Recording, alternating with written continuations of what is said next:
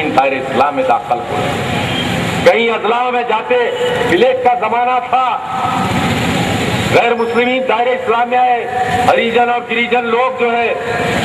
کے بعد جو ہے نا وہاں پر لوگ جو ہے نا پریشان تھے. آپ گئے وہاں پر, سب کو نہلایا بلایا, عیدگاہ لے جا کر جو ہے نا نماز پڑھے, 2 رکعت دوگانہ نماز پڑھی اور اس کے بعد بارگاہ خداوندی میں ایسی دعا کیے,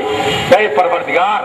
میرا کام تھا تیری بارگاہ تک لانا, ان کو میں نے تیری بارگاہ تک لا دیا ہے, اب تو عید کے اوپر فضل و کرم فرما. 3 دن کے اندر پلیگ کا خاتمہ ہو گیا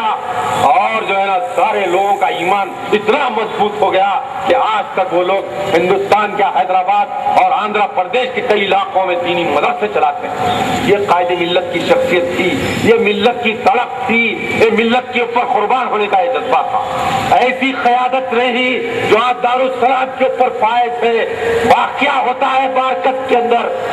جھگڑا ہوتا ہے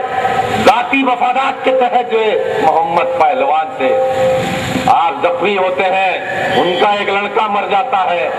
تو اس کے بعد اقتدار کا استعمال کیسا ہوتا ہے, جبکہ مسلمانوں کی قیادت کے اوپر فائز ہونے کے بعد کیسی ذمہ داری ہوتی ہے, آیت کے اوپر خدا کے سامنے جواب دہی کا تصور کیسا ہونا چاہیے. وہ کچھ نہیں, فرعون بن گئے اقتدار کے ذریعے سے, بچہ تو مر گیا, ابراہیم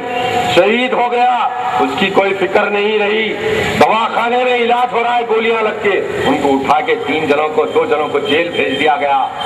اور حکومت کو کورٹ کو مینیج کرتے ہوئے سپریم کورٹ کے اندر جو ہے جو لوگ نہیں تھے ان کو سازش کے ذریعے سے مقدمات میں ڈلوایا گیا, ان کی ضمانتیں کینسل کروائی گئی, اور تقریریں کیسی ہوئی قائد کی زبان سے,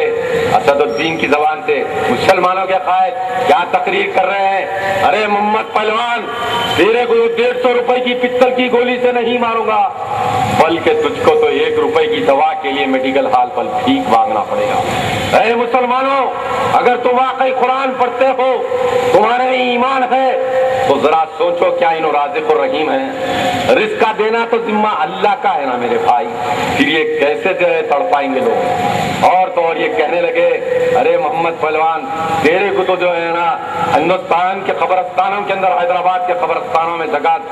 نہیں ملے گی, زمین کو تنگ کر دوں گا تیرے کو جینے کے لیے. آپ بتائیے کہ کیا ظلم کی داستان ہے. یہ فرعون کی زبان سے ایسے الفاظ نکل سکتے ہیں, یہ نمرود کی زبان سے نکلتے ہیں, یہ شداد کی زبان سے ایسے الفاظ نکلتے ہیں. تو عزیزان محترم, تو اس طریقے سے جبکہ قرآن میں اللہ تعالیٰ فرما رہا ہے محمد رسول اللہ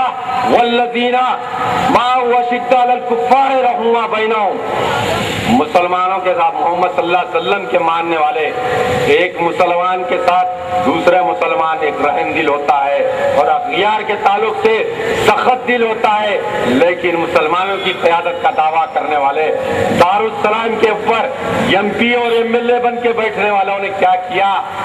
کیسا ظلم کیا مسلمانوں کے اوپر. آج تک ظلم جاری اور ساری ہے مسلمانوں. اور فکر کی بات ہے, اگر تم واقعی جو ہے نا مسلمان ہوتے, تمہارے میں قرآن کا وہ جذبہ ہوتا,